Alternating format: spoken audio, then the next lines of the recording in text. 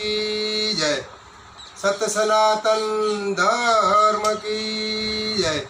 पधारेला हरिगुरु संतनी जय। तो मारा वहाला भाविक भक्तो संतो ने महंतो ने मारा तरफथी जय गुरु महाराज दरेकना चरणों में वंदन करूँ छूँ। આપણે ઘણા બધા વિડીયા આપણી સમક્ષ મેં મોકલ્યા છે। આજે પણ એક વિડીયો એક ભજનનો ખુલાસો કડીઓનો ખુલાસો આરે આપની સમક્ષ રજૂ કરું છું। તો સુખ શાંતિથી સાંભળશો અને વિડીયો પૂરેપૂરો જોશો। તો ભજન છે આપણે દાસ દલપતદાસ બાપુનું ભજન ગાયેલું છે। આપણે ઘણી વખત એમના ભજનો પણ મોકલ્યા છે। એ ભજનનો ખુલાસો કરવાનો છે। અને પહેલાં તમને ચોખ કરી હતી કે આપણે દલપતદાસ બાપુ દિયોદરની બાજુમાં દેલવાડા આશ્રમ છે, આનંદ આશ્રમ। બાપુ હયાત નથી પણ અહીંયા આશ્રમ છે। અહીંયા આપણે અવારનવાર ભજનનો પ્રોગ્રામ થાય છે। અહીંયા જે બાપુએ જે આશ્રમ બનાવેલો છે એ બાપુ આ ભજનના રચિતા હતા। એ ભજનનો આજે આપણે સત્સંગ કરવાનું છે। અને ભજન છે મોતી અંશકેરા ચારા। તો એ ભજન બાપુએ ગાયેલો છે। ભજનની થોડીક કડીઓ થોડીક પહેલાં તમને સંભળાવી દઉં છું અને પછી કડીઓનો થોડો ખુલાસો કરવાનો છે કે બાપુએ શું કીધું, કઈ રીતે આપણને સમજાવ્યા છે। તો ભજન છે મોતી અંશકેરા ચારા રે સાધુ ભાઈ મોતી અંશકેરા ચારા। અડત નહીં કોઈ આરા સંતો ભાઈ મોતી અંશકેરા ચારા। માળા ફેરવે ને હોઠ હલાવે ફેરવે મોટા મોટા પારા। મન પોતાનું ફરે ભટકતું એમ નહીં ઉધારા સંતો ભાઈ મોતી અંશકેરા ચારા। જળની માછલી જળમાં રહેતી પંથ કાપે જળધારા।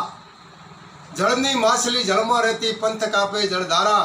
એવું જો સર્વે સમજી જાય તો ઉતરી જાય ભવપારા સંતો ભાઈ મોતી અંશકેરા ચારા। અણુ અણુમાં વ્યાપી રહ્યો છે બોલે એના ભણકારા। અણુ અણુમાં વ્યાપી રહ્યો છે બોલે એના ભણકારા। પેટ ખાતર કરે પ્રપંચા ગોડા નથી કીર્તારા સંતો ભાઈ મોતી અંશકેરા ચારા। મોતી અંશકેરા ચારા સંતો ભાઈ મોતી અંશકેરા ચારા। અડત નહીં કોઈ આરા સંતો ભાઈ મોતી અંશકેરા ચારા। ચાર ખોણોથી આવે ભટકતો સમજો સારા અસારા। ચાર ખોણથી આવ્યો ભટકતો સમજો સારા અસારા। દાસ દલપત ગાય ગુરુ પ્રતાપે સુણી લે મન મારા સંતો ભાઈ મોતી અંશકેરા ચારા।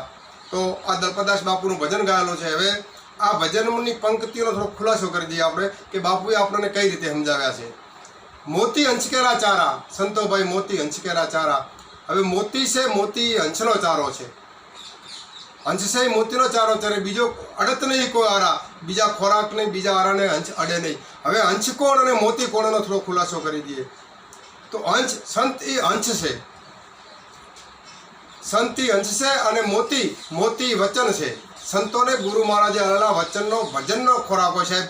સાચા સંતને બીજો ખોરાક કોઈ હોય ના। મોતી અંશકેરા ચારા સંતો ભાઈ જેમ મોતીને અંશ આરોગે છે એમ સંત છે એ વચનનો ઉપયોગ કરે, વચનનું સ્મરણ કરે, વચનનું ભજન કરે।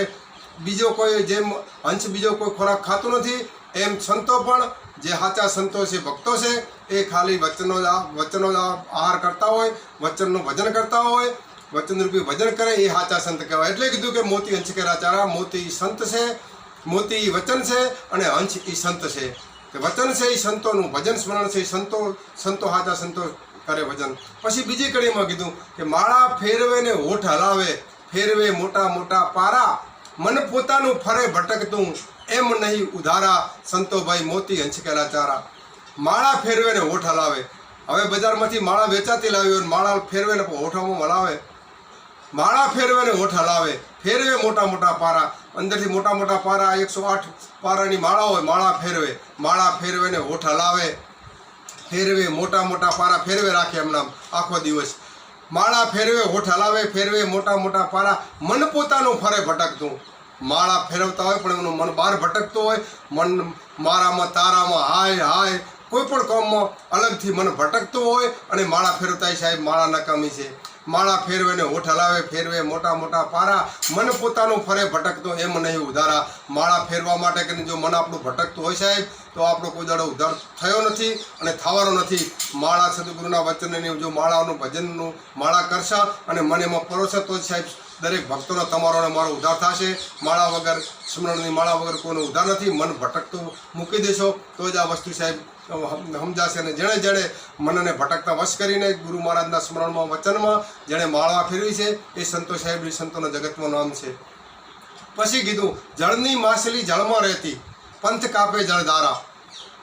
જળની માછલી જળમાં રહેતી પંથ કાપે જળધારા, એવું જો સર્વે સમજી જાય તો ઉતરી જાય ભવપારા, સંતોભાઈ મોતી હંસકેરા ચારા. જળની માછલી જળમાં રહેતી પંથ કાપે જળધારા. હવે જળમાં રહેવાવાળી માછલી છે એ પંથ કાપે જળધારા. પંથ એટલે રસ્તો થાય. જળની માછલી છે એનો પંથનો રસ્તો કાપતી હોય હામા પાણીએ કાપે. પાણી આ બાજુ આવે તો જળની માછલી એના હામી જાય. જળની માછલી જળમાં રહેતી પંથ કાપે જળધારા, આવું જો સર્વે સમજી જાય તો ઉતરી જાય ભવપારા. જો જેમ જળની માછલી એનો પંથ કાપે છે, જેમ ઉલટોનો રસ્તો કાપે છે, એ રીતે જો સંતો આપણો જેવો પવન ઉલટે એની સાથે જો આપણે ભજનનું સ્મરણ કરે ને સાહેબ તો જ ઉતરી જાય. જળની માછલી જળમાં રહેતી પંથ કાપે જળધારા. જો જળની માછલી જે રીતે જળમાં પંથ કાપે છે એ રીતે જો આપણે ઉલટેલા પવન હારે ઉલટેલા શબ્દ હારે જો શબ્દને આપણે ભજનમાં લગાડી દઈએ તો આપણો બેડો પાર થાય સાહેબ. પછી કીધું અણુ અણુમાં વ્યાપી રહ્યો બોલે એના ભણકારા, પેટ ખાતર કરે પ્રપંચા ગોડા નહીં કીર્તારા. અણુ અણુમાં વ્યાપી રહ્યો છે. જે અણુ અણુ એટલે શરીરના રૂવાટે રૂવાટે પરમાત્મા છે સાહેબ, વસેલા છે. અણુ અણુમાં વ્યાપી રહ્યો છે. આ જે આપણે બોલી રહ્યા છે, જે તમે હું જે બોલો છો, જે સત્સંગ કરે છે, જે ભજન બોલો છો, જે વાણી બોલો છો, એના પ્રતાપથી બોલી શકાશે સાહેબને કે બોલાય નહીં. અણુ અણુમાં વ્યાપી રહ્યો બોલે એના ભણકારા. આખા જગતમાં જે બોલવાવાળો છે એના ભણકારા વાગી રહ્યા છે, એના સર્વે નામ લઈ રહ્યા છે. અણુ અણુમાં વ્યાપી રહ્યો બોલે એના ભણકારા. આખા વિશ્વમાં બોલે એના ભણકારા થઈ રહ્યા છે. અણુ અણુમાં વ્યાપી રહ્યો બોલે એના ભણકારા. પેટ ખાતર કરે પ્રપંચા ગોડા નહીં કીર્તારા. આપણા પેટ ખાતર જો આપણે ભક્તિ કરતા હો તો સાહેબ એ ભક્તિ તમારી ને મારી નકામી છે. કારણ કે અત્યારે પ્રપંચ વધી ગયો છે જગતમાં પાખંડ વધી ગયો છે અને લોકો પાખંડને પણ માનવા મળ્યા છે. એટલે મારું કહેવું તો એવું છે કે પાખંડમાં ઉતરશો નહીં, અજ્ઞાનમાં અથડાશો નહીં. જે છે જ્ઞાન જ સાચું પ્રગટ કરવાનું, અજ્ઞાનમાં અથડાવાનું નથી. પેટ ખાતર કરે પ્રપંચા ભગવાન ગોડો નથી સાહેબ. આપણા પેટ માટે કોઈને ક્ષેત્રવાળા કોશિશ કરો આપણે, કે કોઈને શીશામાં ઉતારવાની, કોઈને ભરમાવાની વાતો કરો તો એ સાહેબ તમને મારે એ ભોગવવું પડશે. આપણો કોઈ દિવસ ઉદ્ધાર નહીં થાય સાહેબ. પેટ ખાતર કરે પ્રપંચા ભગવાન મારો નાથ જે છે એ ગોડો નથી સાહેબ, એ છેતરાયો નથી સાહેબ, પણ એના ભજનમાં એનું સાચું ભજન કરતા છે, એ ઓળખી શકે છે આપણને, આપણામાં બેઠેલો પરમાત્મા. એટલે એનું સાચા દિલથી ભજન કરવાનું કીધું છે. ચાર ખણથી આવ્યો ભટકતો સમજો સારા સારા. આ પરમાત્મા ચાર ખણથી ભટકતો આવ્યો છે. આપણા ચાર ખાણું છે, એમ આપણા દેહની અંદર પણ એ ભટક્યા રોવાટે રોવાટે ફર્યા કરે છે. ચાર ખણથી આવ્યો ભટકતો સમજો સારા સારા.